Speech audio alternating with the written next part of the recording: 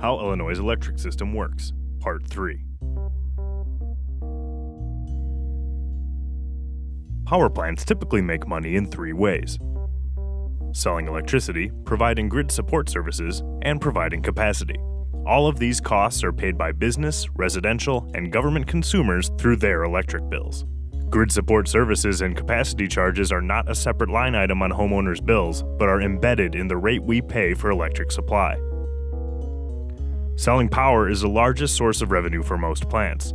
Power can be sold through contracts with electric utilities, large business and government users, directly onto the wholesale market, or through hedge agreements that give plants a guaranteed price for the power they sell into the market.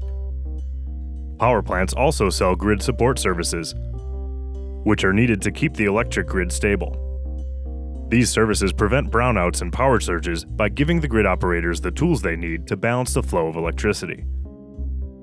The last significant revenue stream is capacity payments.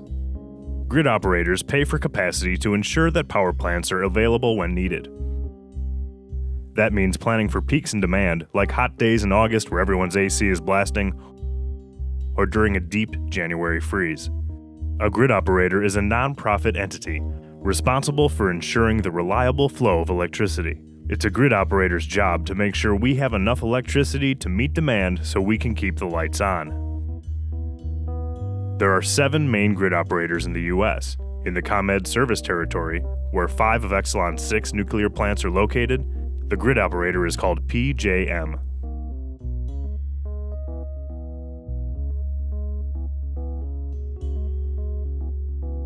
MISO is the grid operator from Southern Illinois, including where Exelon's Clinton plant is located.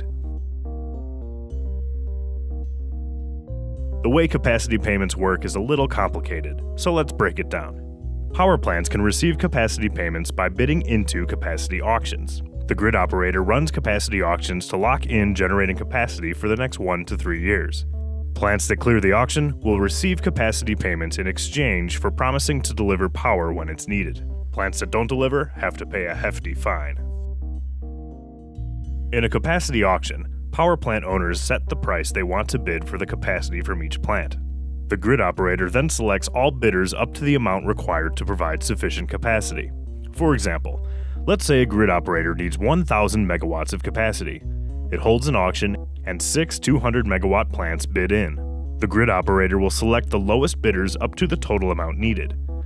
The price offered by the last plant needed to satisfy the demand sets the clearing price. All the plants that clear the auction will receive capacity payments at the clearing price. Bid above the clearing price, and your power plant will not clear the auction and will not receive capacity payments. Now let's add numbers to the example. If the 6 plants bid into the auction at $50, $60, $70, $80, $90, and $100, the clearing price would be $90. The 5 plants that cleared the auction would all receive the clearing price of $90 for their capacity, even if they bid in at less than $90. The plant that bid above the clearing price would not clear the auction and wouldn't receive any capacity payments. PJM recently revised its rules for capacity auctions, in part because of lobbying efforts by Exelon, and in part in response to the extreme winter weather, which led to the failures of some plants to deliver power when promised. The new rules that took effect this year offer higher payments to generators that deliver when they're needed. They also set bigger fines for generators that don't. Since nuclear plants are built to run consistently in all types of weather, they are some of the biggest beneficiaries of the new PJM rules. In the most recent PJM auctions, these new rules ensured Exelon made significantly more capacity revenue. Auctions recently conducted for the 2016 to 2019 periods produced a total capacity revenue for Exelon of $1.7 billion.